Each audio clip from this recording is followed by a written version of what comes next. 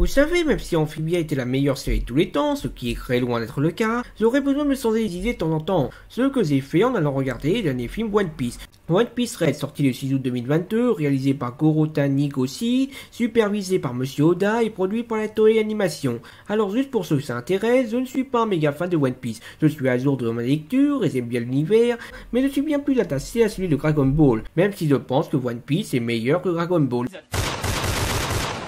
One Piece Red raconte donc que l'équipage de sa peau de paille se rend sur l'île d'Elesia où va avoir lieu le premier concert public de la super populaire chanteuse Uta, que Luffy a connue quand il était enfant et qui est aussi la fille d'un certain Sank le Roux, quelqu'un de pas très important. Mais bien entendu, ce concert sera l'occasion pour la marine et les empereurs de venir mettre leur grain de sel et pour Uta d'appliquer son plan de créer une nouvelle ère de paix et d'harmonie. Donc, qu'est-ce que j'ai pensé de ce film? Déjà, est-ce qu'on pourrait virer celui qui fait le réglage sonore de mon cinéma? Ça me casse les oreilles à chaque fois. Et puis, Guy double ce personnage, je comprends rien à ce qu'il raconte. Enfin, à part ça, j'ai passé un bon visionnage. One Piece Red est un film très coloré et très bien animé dans le haut du panier de la Toei Animation, et qui subit bien les combats et les chansons d'Uta, qui est un personnage dont on ne peut comprendre les motivations de vengeance envers les pirates, dont Luffy n'est pas l'exemple le plus représentatif. Et je peux comprendre aussi son envie de créer une utopie, même si elle n'est pas très utopique.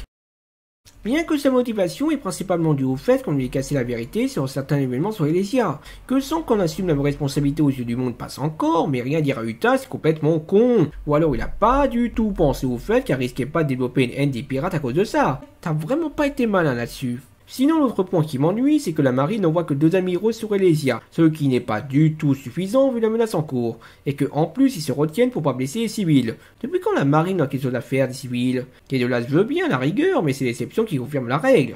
Mais bon, à part ça et le problème de volume, je trouve que One Piece Red est un bon film et un ajout sympathique à l'univers, même s'il n'est pas du tout canon, et qui n'est pas du tout fait pour les non-initiés, ni pour les allergiques aux comédies musicales. Mais si vous n'aimez ni l'univers coloré de One Piece ni la présence de chansons, je ne vois pas trop pourquoi vous iriez voir ce film. Mais dans le cas contraire, foncez, ou attendez la sortie sur ADN, si vous voulez pas vous casser les oreilles. Moi de mon côté, je me ferais bien les films voire l'animé, mais des choses plus prioritaires à faire que de devenir le roi des pirates.